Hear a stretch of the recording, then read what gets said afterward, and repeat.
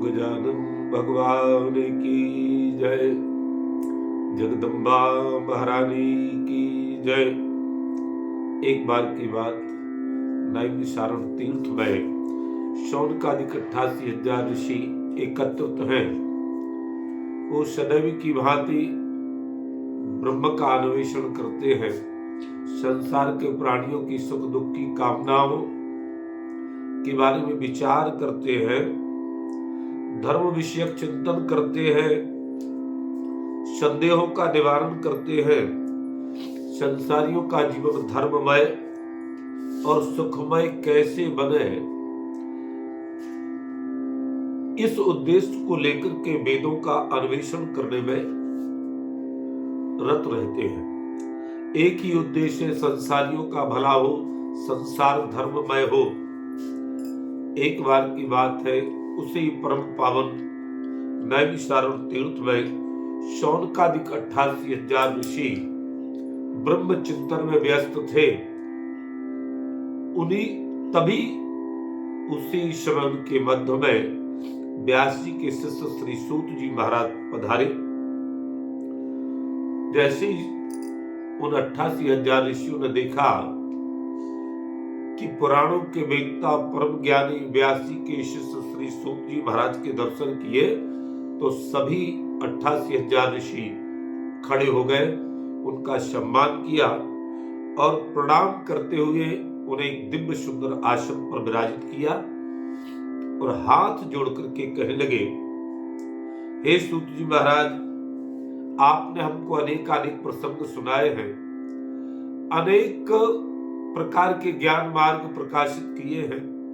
हम सभी आपके मुखार बिंद से निर्गमित ज्ञान से सदैव ही धन्य होते रहते हैं।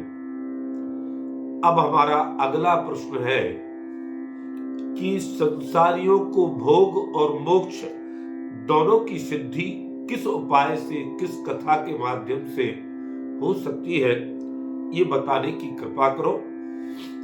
तो ऐसा अद्भुत प्रश्न जब सूत जी ने शौनकादिक 88,000 ऋषियों के मुख से सुना, तो सूत जी महाराज गदगद हो गए और प्रसन्नता के साथ सभी 88,000 ऋषियों को साधुवाद देते हुए कि भैया, हे ऋषिगणों, आप लोगों का तो प्रतिक्षण लोगों का परमार्थ करने में व्यतीत हो रहा है।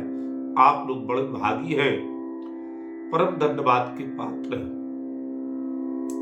सूत जी आगे कहने लगते हैं, हे शौनकादिक 88,000 ऋषियों, तावत गर्जन्ति तीर्थानि पुराणानि वृतानि च यावन् श्रूयते सम्यग् देवी भागवतं नरे तावत् पापाटविनृणां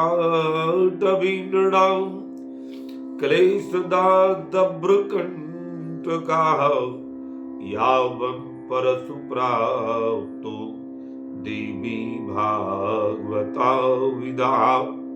सूत जी कहते हैं, देवी भागवत की महिमा के बाद का विस्तार करते हुए बोले, हे शौनकादिक 88,000 ऋषियों, अन्न तीर्थ, अन्न व्रत, अन्न परमार्थ के सभी साधनों की महिमा जब तक गाई जाती है जब तक लोगों ने देवी भागवत की कथा को श्रवण नहीं किया।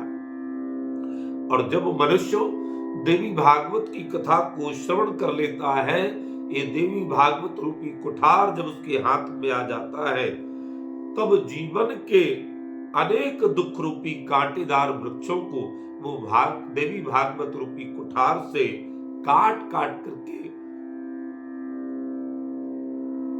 फेंक देता है और जीवन का मार्ग सुगम, सुखकारी, आनंदकारी हो जाता है। उसके जीवन के तमाम कंटक दूर हो जाते हैं।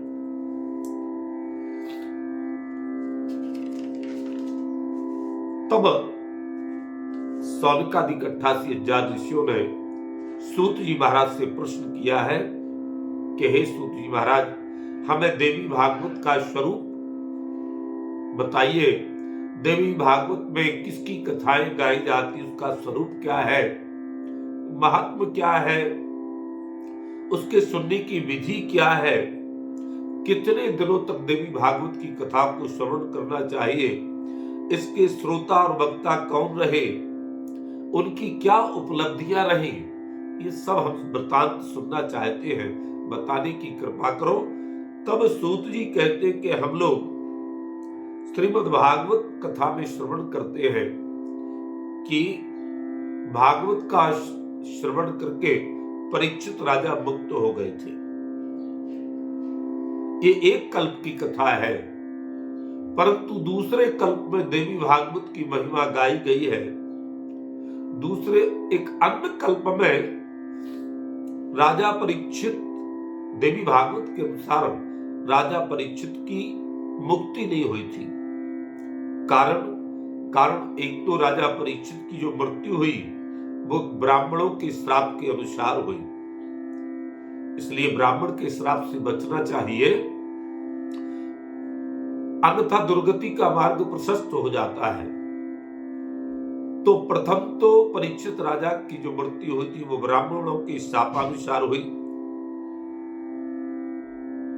तो इसलिए उसकी कथा इस प्रकार से है कि जब परीक्षित राजा को श्राप लगा श्रृंगी ऋषि का, और ये सूचना परीक्षित राजा को प्राप्त हुई कि आज से 7वें दिन तक्षक नाग के काटने से मेरी मृत्यु हो जाएगी, तब परीक्षित राजा ने एक लोहे से निर्मित अत्यंत सुदृढ़ भवन तैयार करवाया और उसमें राजा परीक्षित जाकर के बैठ गए।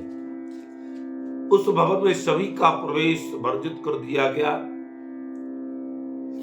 जो उनके विश्वास पात्र पुराने मंत्रीगण थे वही केवल उसमें बहुत कम मात्रा में उस महल में रहे थे राजा के साथ।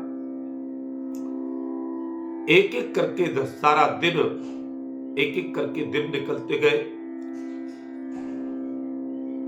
नागों के मन में चिंता है कि मुझे ऋषि के वाक्यों को पूरा करना है, पर राजा के पास तक पहुंचना बड़ा कठिन है। एक तो लोहे से निर्मित भवन, दूसरे ऐसा पहरा कि उसमें कोई भी प्रवेश नहीं कर सकता है। तब उन सर्पों ने क्या किया कि संतों का वेश बनाया और संतों का वेश बना करके राजा परीक्षित के हुए लोहे भवन के द्वार पर पहुंचे और कहा कि महाराज को सूचना कर दो कि हम संत जन महाराज को आशीर्वाद देने के लिए आए हैं, ताकि महाराज को हम ब्राह्मणों, हम संतों का कवच राजा की रक्षा कर सके। पर राजा ने कहा कि निर्धारित अवधि तक हम किसी से नहीं मिलेंगे। तब वो संत रूपी सर्पगण ने क्या किया कि एक फल पहरेदार को दिया और बोले राजा हमसे मिलना नहीं चाहते, कोई बात नहीं, परंतु हम संतजन तो राजा को आशीर्वाद देना चाहते थे, ये आशीर्वाद स्वरूप ही हमारा फल महाराज को प्रदान कर देना, हमारा आशीर्वाद महाराज की रक्षा करेगा। पहरेदार ने वो फल ले लिया, संत रूपी सर्प चले गए, उस फल में तक्षक बैठ गया। पहरेदार के द्वारा वो फल महाराज परीक्षित तक भेजा गया। राजा परीक्षित ने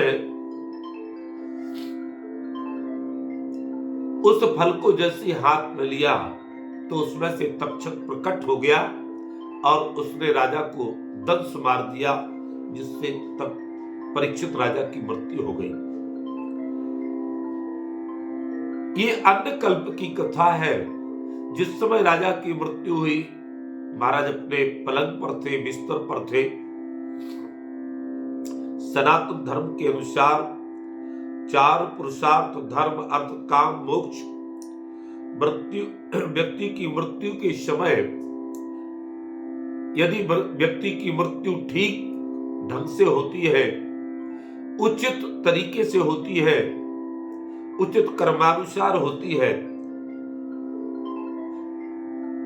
उचित कर्म क्या है बताया है कि मोक्ष सिद्धि के लिए, धर्म सिद्धि के लिए पिता की जब मृत्यु हो तो पुत्र की गोद में पिता का सिर होना चाहिए।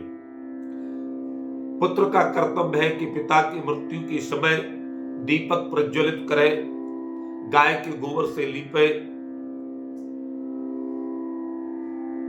कुशासन पर आसन मृत्यु प्रता पिता को लिटा दे, पुत्र की गोद में पिता का सिर हो, पुत्र के द्वारा गंगाजल, तुलसी दल ये आसन मृत्यु पिता के मुख में डाले जाए, भगवान नाम सुनाया जाए, गौदान, संकल्प, अष्टदान किए जाए, ताकि आसन्न मृत्यु पिता की मृत्यु के बाद सदगति हो। परंतु परीक्षित राजा को जब तक्षक ने दंश दिया, डसा, तो उस समय तक परीक्षित पलंग पर थे। पलंग पर प्राण निकलना श्रेष्ठ मृत्यु का लक्षण नहीं है। पहले तो ब्राह्मणों का शाप और दूसरे पर सैया पर मृत्यु से परीक्षित का बड़ा बेटा जो जन्मेजय था बड़ा चिंतित, क्योंकि ये मुक्ति के लक्षण नहीं है। अतएव पिता की दुर्गति से परीक्षित का बेटा जन्मेजय बड़ा चिंतित था कि हमारे पिता की मुक्ति कैसे होनी चाहिए। देखो, ये ध्यान देने वाली बात है कि पुत्र किसको कहा जाता है। मनुष्य के जन्म के समय, सब जन्म के बाद मनुष्य जीवन में सबसे बड़े व्रत का नाम है ब्रह्मचर्य व्रत। जिसने ब्रह्मचर्य व्रत को नष्ट किया, ब्रह्मचर्य व्रत को नष्ट करने पर जीव पतित होता है और पुत्र नाम के नरक में जाकर के गिरता है। अन्यथा वेद और स्मृतियां तो गाती हैं कि मनुष्य को और कुछ करने की जरूरत नहीं है, केवल ब्रह्मचर्य सिद्ध कर ले, ब्रह्मचर्य सिद्ध व्यक्ति को ब्रह्म पद प्राप्त हो जाता है। शनकादिक ऋषि इसके प्रमाण है, देवर्षि नारद इसके प्रमाण है। ब्रह्मचर्य सिद्ध प्राणी को कोई भी संसार में कोई भी कार्य असाध्य नहीं है। एक उदाहरण बता दें, तारकासुर नाम का एक जो राक्षस था, वो तीनों देवों से भी अबद्ध हो गया, संसार में त्राह त्राह मचा रहा था, लोकपालों के अधिकार छीन लिए, दिक्पालों के अधिकार छीन लिए, उसको कोई भी मारने में समर्थ नहीं था। तब ब्रह्मचर्य व्रत को की सिद्धि करने वाले भगवान शिव के पुत्र खडानन भगवान ने उस तारकासुर का वध किया था। जो अबद्ध हो रहा था उसका वध खडानन भगवान ने किया, जो भगवान शिव के बड़े पुत्र थे। लेकिन किस शक्ति से किया? ब्रह्मचर्य सिद्धि की शक्ति से खडानन भगवान ने तारकासुर का वध किया। तो ब्रह्मचर्य व्रत की सिद्धि कैसे होती है? ब्रह्मचर्य व्रत में वीर्य का साधन करना पड़ता है, और वीर्य मनुष्य जीवन की वह निधि है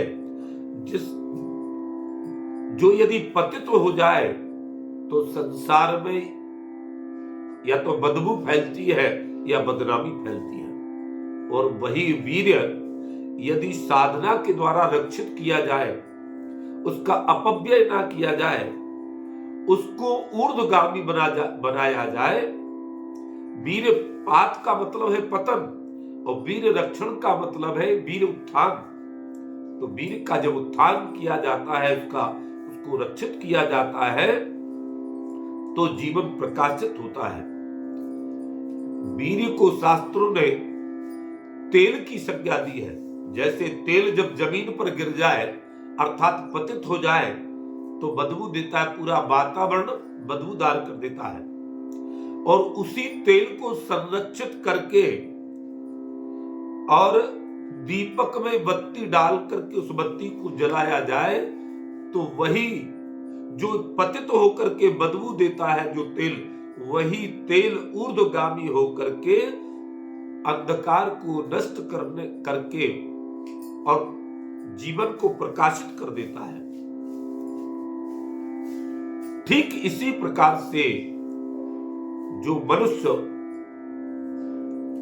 वीर्य पतन करते उनका जीवन कलुषित होता है, दुखमय होता है, और जो वीर्य का संरक्षण करते हैं उनका जीवन प्रकाशित हो जाता है। अनेकों ऋषि संसार में सदैव से पूजे जाते रहे हैं, कारण उन्होंने ब्रह्मचर्य व्रत की सिद्धि की। और ये बातें विद्यार्थी जीवन में तो आवश्यक रूप से बताई जानी चाहिए। पहले हमारे यहाँ शिक्षा काल में ही ये बातें विद्यार्थियों को बताई जाती थी, तभी हमारे यहाँ पुरुषों का निर्माण होता था।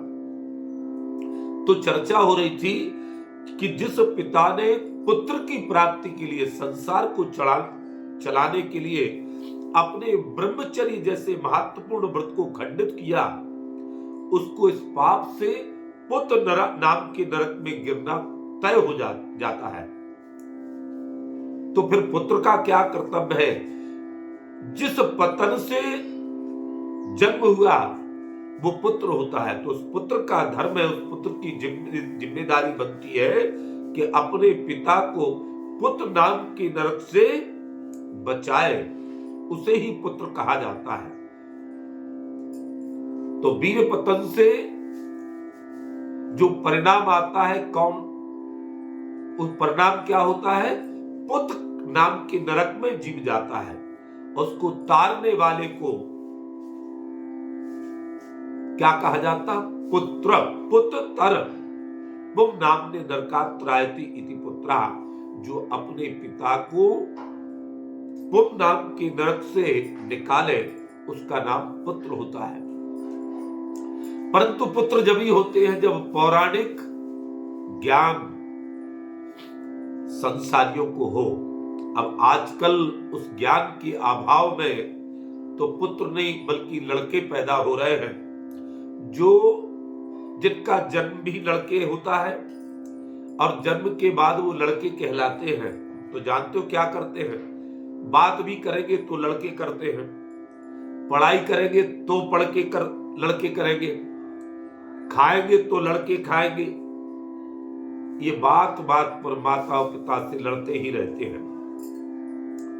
परंतु जन्मेजय पुत्र था, वो अपने पिता की इस प्रकार की मृत्यु से बड़ा चिंतित था,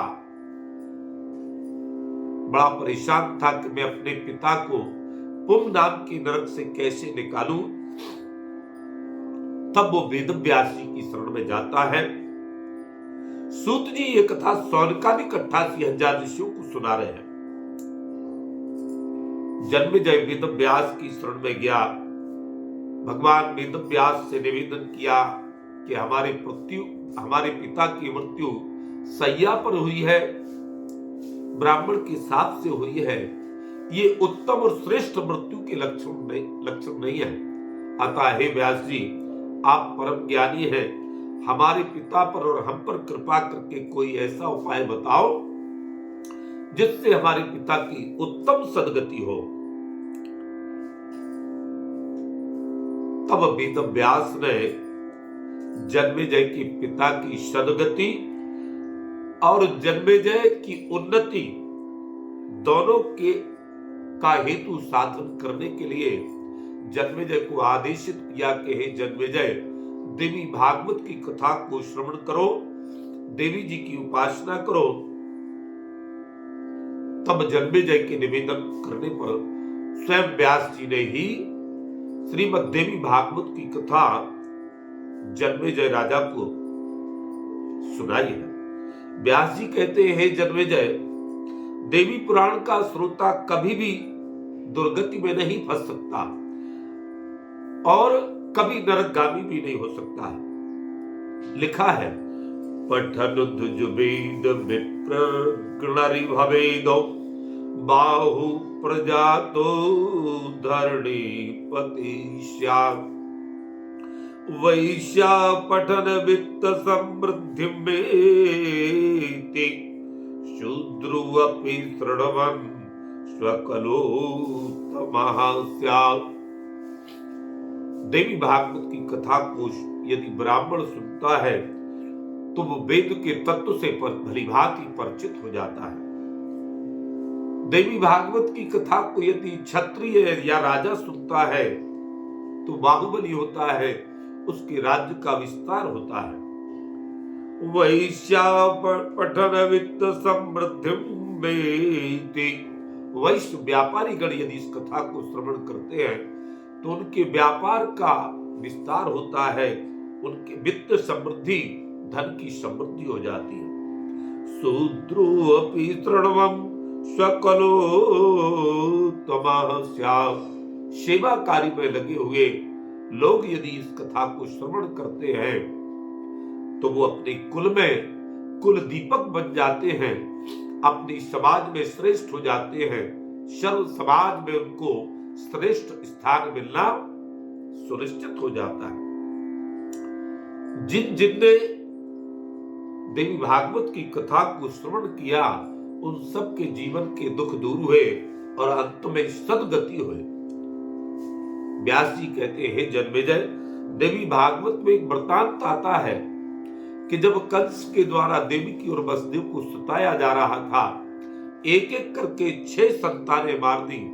7वीं संतान का पता नहीं चला कब स्खलित हुई। तब एक बार गर्गाचार्य जी वसुदेव जी से मिलने उसी कारागृह में आए। तब देवकी और वसुदेव रोने लगे। गर्गाचार्य जी से कहते हैं, हे विप्रश्रेष्ठ, इस दुष्ट कंस ने हमारे 6 संतानों का वध कर दिया है। हम चाहते हैं कि कोई ऐसी दीर्घजीवी यशस्वी ऐसी संतान हो कि जो दीर्घजीवी हो और उस दुष्ट कंस का विनाश करने में समर्थ भी हो। आप ऐसा कोई उपाय बताएं। तब गर्गाचार्य कहते हैं, हे वसुदेव जी, या सा भगवती दुर्गा भक्त दुर्गति हारिणी तामाराधय कल्याणी सद्या स्त्रियो हवाप्यसी। हम तुमको एक सर्वश्रेष्ठ उपाय बताते हैं। आप भगवती दुर्गा की आराधना करिएगा, देवी भागवत की कथा को श्रवण करिएगा। तब वसुदेव और देवकी उस समय बंधन में थे, हाथ जोड़ करके कहने लगे, हे गर्गाचार्य जी, इस समय हम बंधन युक्त हैं, हमारे पास कुछ भी नहीं है, हम आपके चरण शरण में हैं।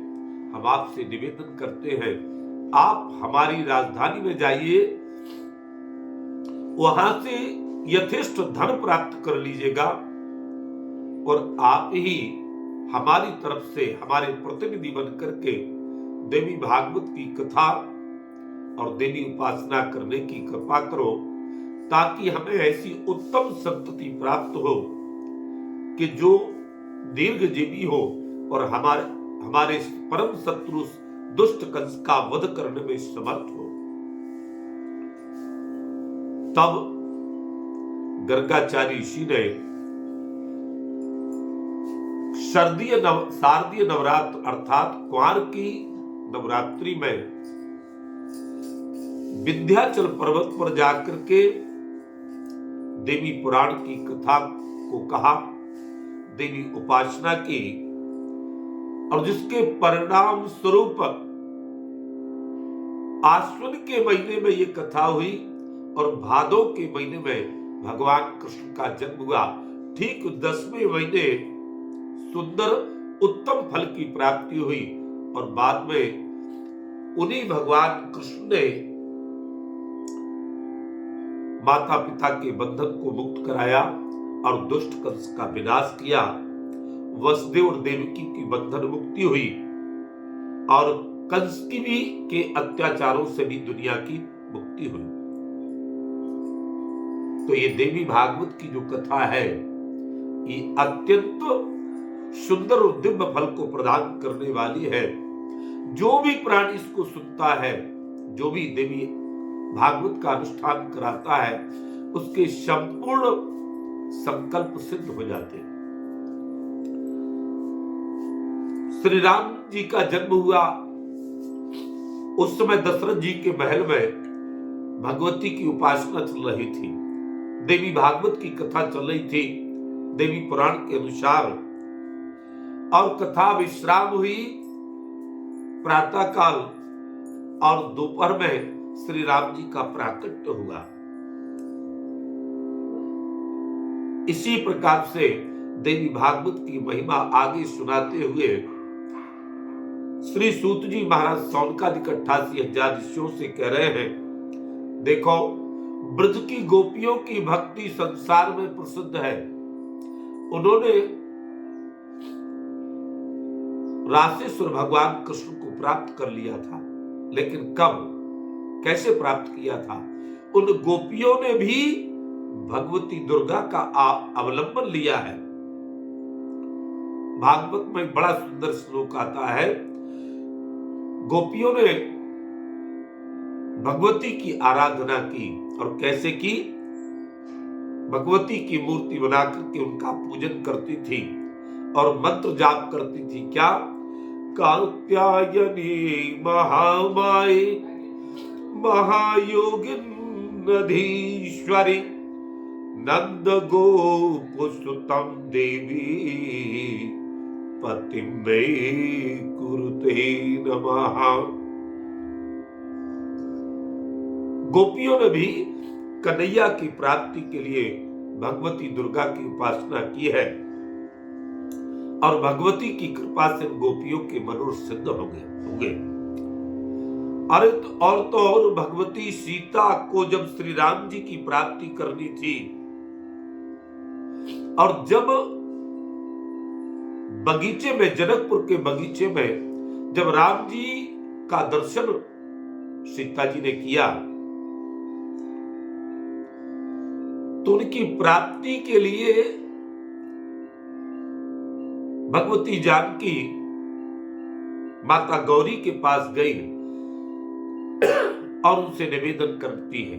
रामायण में बड़ा सुंदर लिखा कि जय जय गिरवर राज किशोरी, जय महेश मुख चंद्र चकोरी, जय गजबदन खड़ानन माता, जगत जननी दामिनी दुत गाता।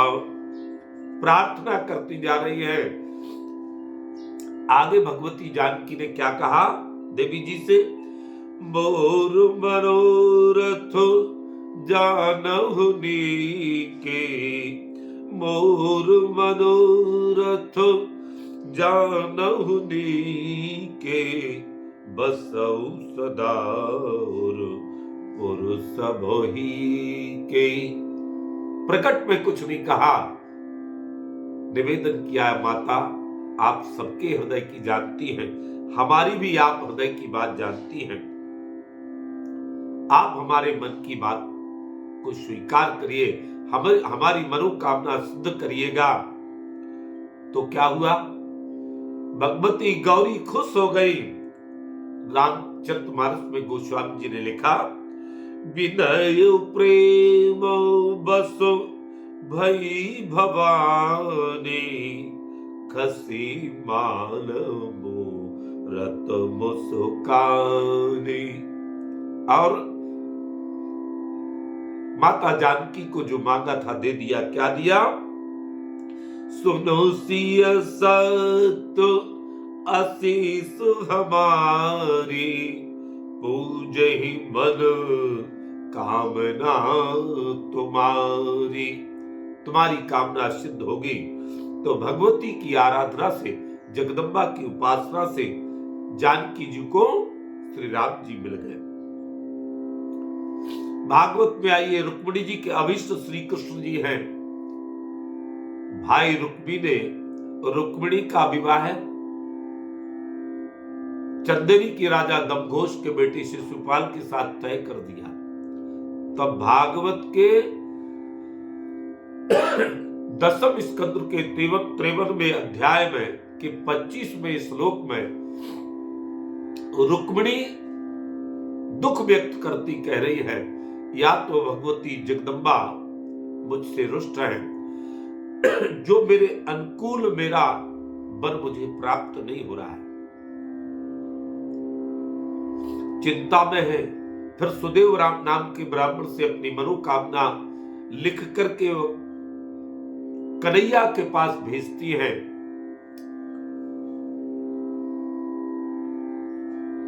कुलाचार के अनुसार रुक्मिणी अपनी कुल देवी भगवती का पूजन करने के लिए जाती है। वहां पर रुक्मिणी क्या प्रार्थना करती है? 46वें श्लोक में रुक्मिणी महारानी कहती है, नमस्ते त्वां अम्बके भीक्षणं स्वसंतान युतां शिवां भूयात् पतिर्मे भगवन् कृष्ण तदनुमोदताम्। हे भगवती गौरी, हे शिवा, हम पर प्रसन्न हो। हे गजानन माता, मुझ पर प्रसन्न हो और श्री कृष्ण को मुझे पति रूप में प्रदान करिए। माता रुक्मिणी की कामना भी भगवती जगदम्बा ने पूर्ण की। तो इतिहास भरा पड़ा हुआ है। संसार में भौतिक वस्तुओं या प्रत्यक्ष किसी मनोकामना की सिद्धि तो सदैव ही भगवती जगदम्बा की उपासना से ही सिद्ध हुई है। लौकिक जगत में अभी कुछ समय पहले छत्रपति शिवाजी ने भी भगवती की आराधना कर अपनी मनोकामनाओं को सिद्ध किया, अपनी विजय पताका फहराई, देश और धर्म की सेवा की। अनेक उदाहरण हैं। महाभारत में भी भगवती दुर्गा की कृपा के अनुपम उदाहरण मिलते हैं। एक उदाहरण तो ऐसा है कि जब भगवान कृष्ण ने अर्जुन को गीता सुनाकर के युद्ध करने के लिए तैयार किया और युद्ध करने के लिए अर्जुन तैयार हुआ, तो भगवान कृष्ण कहते हैं, पार्थ, आरंभ करने के पहले भगवती दुर्गा की स्तुति करिए। तो अर्जुन बोला, प्रभु, आपके रहते हुए किसी और की स्तुति करने की मुझे क्या आवश्यकता है? भगवान कृष्ण कहते, पार्थ, जितना मैं कह रहा हूं, तुमने मुझे बंधु कहा, तुमने मुझे सखा कहा, तुमने गुरु माना, तुमने अपना संचालक माना, इसलिए जैसा मैं कह रहा हूं वैसा करिए, भगवती दुर्गा की स्तुति करिए। तब अर्जुन ने भगवती दुर्गा की स्तुति की। भगवती सिंह पर सवार होकर के कुरुक्षेत्र में पार्थ के रथ के समक्ष प्रकट हुई और पार्थ से बोली, हे पार्थ, तुमने मेरी स्तुति किस लिए की? अर्जुन कहता है, माता, मैंने आपकी स्तुति द्वारकाधीश की आज्ञा के अनुसार की थी, क्योंकि हे माता, आप शक्ति पुंज हैं, शक्ति स्रोत हैं, बिना आपके विजय श्री कैसे प्राप्त होगी? इसलिए आपकी स्तुति अनिवार्य थी। हे माता, मैं आपकी शरण में हूं। युद्ध विजय प्राप्ति के लिए किया जाता है, अतः मुझे विजय श्री का आशीर्वाद प्रदान करिए। तब भगवती ने आशीर्वाद दिया, हे अर्जुन, युद्ध के समय तूने मेरा स्मरण किया है, अतः तेरी भुजाओं में, तेरे बाणों में मेरी शक्ति सन्निहित होगी और वही मेरी शक्ति तुम्हारे शत्रुओं का संहार करेगी, तुम्हारे शत्रुओं का विनाश कर देगी। और फिर अर्जुन को महाभारत के युद्ध में विजय श्री प्राप्त हुई। ये भगवती की स्तुति, आराधना का प्रतिफल है। राम जी ने भी जब रावण का वध करने के लिए संग्राम आरंभ किया था, तो उस समय भगवती दुर्गा की आराधना की है। और वैसे तो आप लोगों को एक बात बता दूं, भगवती साधकों की मान्यता है कि दुनिया में शक्ति ही एकमात्र परम तत्व या जगत की नियंता है। शक्ति तत्व की व्युत्पत्ति शास्त्रों ने इस प्रकार से गाई है। शक्ति का अर्थ क्या है, शास्त्रों ने इस प्रकार से गाया है, ध्यान दीजिएगा, समझिएगा। ऐश्वर्य वचना सस शक्ति पराक्रमैव चौ तत्स्वरूपा तयोर्दात्री सा शक्तिरिति कीर्तिता। शक्ति शब्द में दो पद हैं। प्रथम पद सा, जो ऐश्वर्य का प्रतीक है। द्वितीय पद ति, पराक्रम का प्रतीक है। अर्थात जिसका अर्थ है शक्ति, अर्थात जो स्वयं ऐश्वर्य और पराक्रम रूपा हो, उसे हम शक्ति के रूप में जानते हैं। जो ऐश्वर्य और पराक्रम को प्रदान करने वाली हो, वो शक्ति माता कहलाती है। वही जगत की संचालक भी है। स्वशक्तिश्च समायोगादहं बीजात्मतां गता सर्वस्यां यस्य मिथ्या त्वाद संगत्व स्फुटं मम। और शक्ति स्वरूपा भगवती की तो प्रतिज्ञा है कि जो भी मेरे शरण में दीन और आर्त होकर के आता है, तो उन दीन आर्त जनों की रक्षा करना मेरा दायित्व है। कभी वो भगवती बुद्धि रूप में प्रतिष्ठित होकर के हम प्राणियों का भला करती है। तभी हम लोग गाते हैं, दुर्गा सप्तशती में लिखा है, या देवी सर्वभूतेषु बुद्धि रूपेण संस्थिता नमस्तस्यै नमस्तस्यै नमस्तस्यै नमो नमः। कभी वो जगदम्बा निद्रा रूप में हमको आनंद की अनुभूति कराती है, विश्राम का आनंद प्रदान करती है। इसीलिए सप्तशती में गाया गया है, या देवी सर्वभूतेषु निद्रा रूपेण संस्थिता नमस्तस्यै नमस्तस्यै नमस्तस्यै नमो नमः। कभी वो भूख के रूप में हमारी शरीर की पूर्ति करती है, कभी पिपासा, कभी छाया, कभी दया बन करके दयार्द्रता दिखाती है, कभी घृति, कभी स्मृति, कभी जाति, कभी शांति, कभी भ्रांति, कभी क्रांति, कभी चेतना, कभी तुष्टि, कभी पुष्टि, और कभी लक्ष्मी बन करके, कभी दया बन करके, कभी धृति बन करके वो माया स्वरूपी है। अनेक रूपों में हम जीवों का पोषण करती है। अनेक रूपों से हम मनुष्यों को ऐश्वर्य प्रदान करती है, पराक्रम प्रदान करती है, आनंद की अनुभूति कराती है। वही भगवती जगदम्बिका जो शक्ति तत्व है, जो देवी भागवत में गाया गया है, वही वैकुंठ में कभी लक्ष्मी बनकर के अपने पति श्रीमन नारायण को पोषण की शक्ति प्रदान करती है। वही स्वर्ग में स्वर्ग लक्ष्मी बनकर के वही माता जगदम्बा राजाओं के यहाँ राज्य लक्ष्मी के रूप में शोभा पाती है। और वही जगदम्बिका घर घर में गृहस्थों के यहाँ गृह लक्ष्मी के रूप में अपने अपने स्वामियों के जीवन में चेतना प्रदान करती है। भगवती जगदम्बिका का तत्व तो संसार के सभी पदार्थों में, सभी प्राणियों में अनेक रूप से, अनेक प्रकार की शोभाओं से युक्त करके, शोभा युक्त संसार के प्रत्येक प्राणी में भासता है। देवी पुराण गाता है, वही भगवती पुण्यात्माओं के रूप में, कीर्ति रूप में निवास करती है।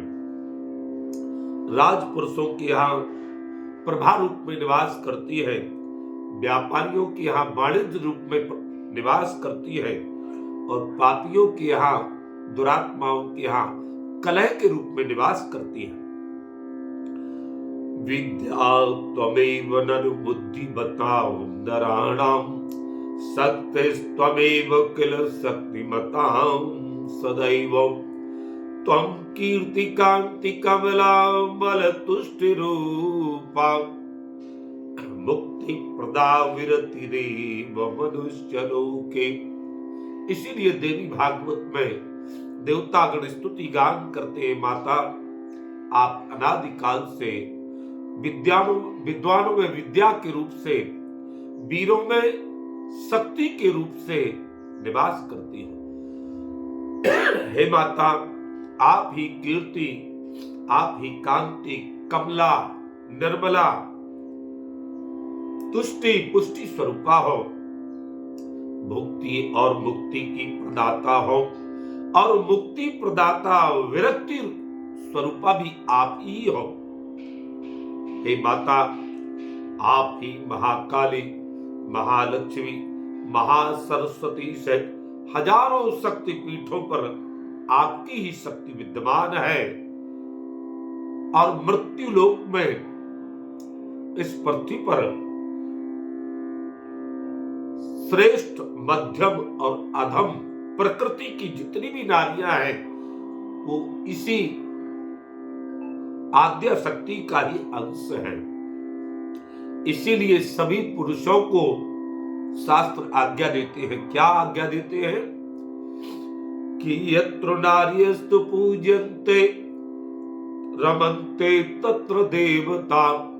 जहां पर नारियों की पूजा होती है वहां पर देवता निवास करते हैं। और यत्र एतास्तु न पूज्यन्ते अफला सर्वा तत्र क्रिया।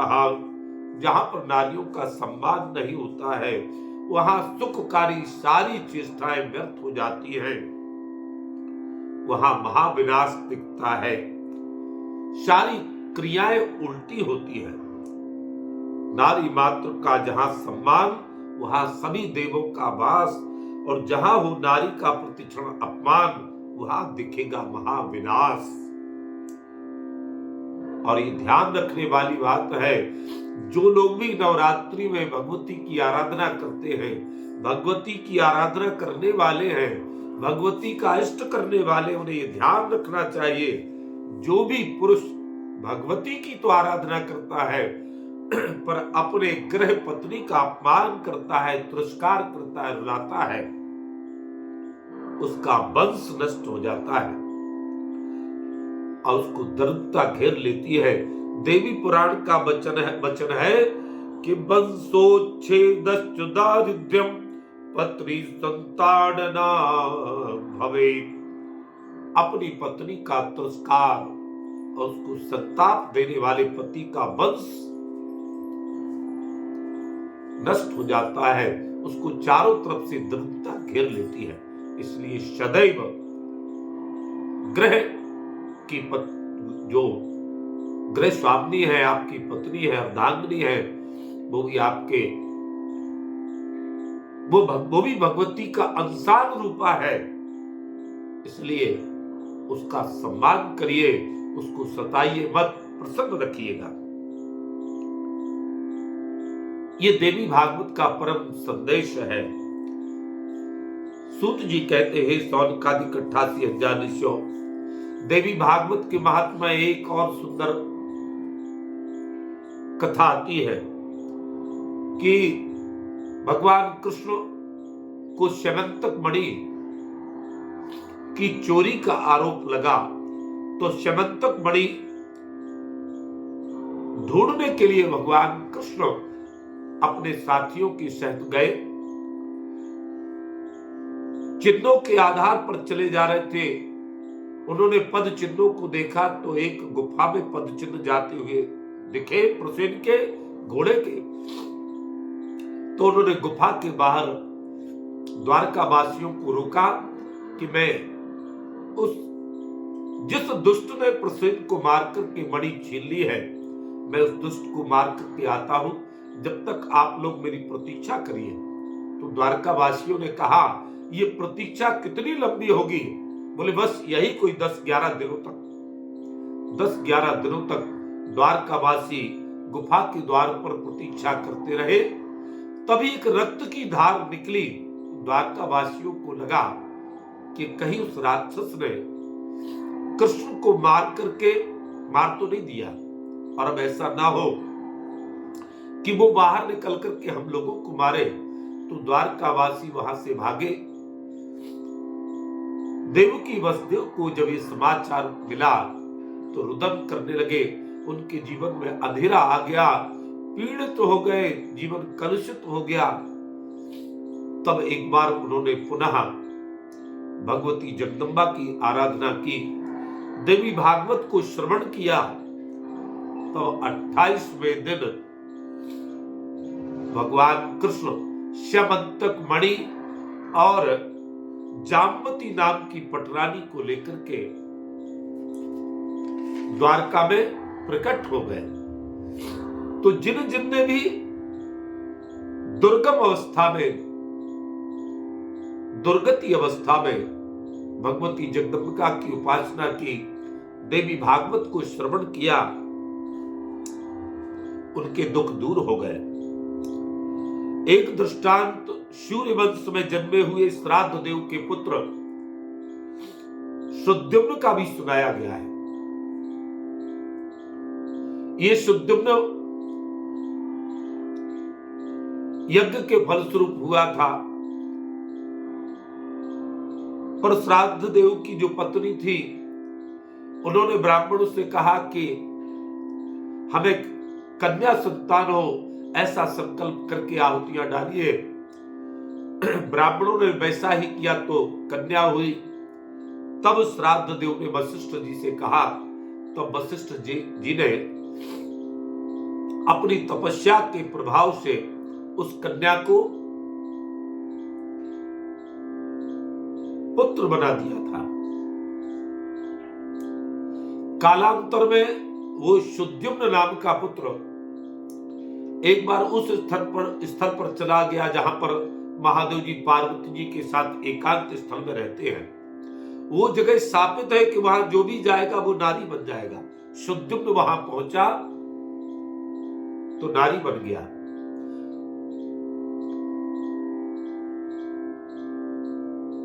इसके बाद बड़ी लंबी कथा है।